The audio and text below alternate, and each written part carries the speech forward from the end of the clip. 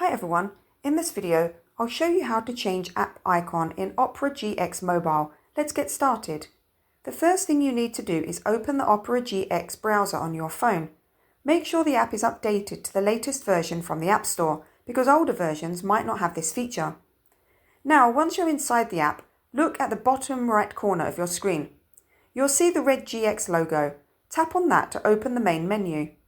In the menu, scroll through the options and find the one labelled Settings. Tap it to enter the Settings menu.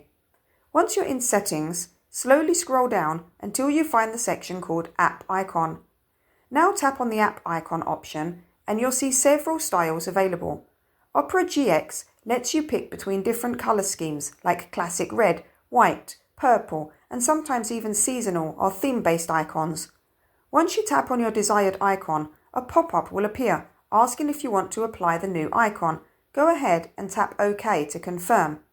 Now exit the app and check your home screen. You'll notice that the Opera GX icon has been updated with your selected style. Super cool, right? And there you have it. If you found this video helpful, don't forget to like, subscribe and share. Thanks for watching.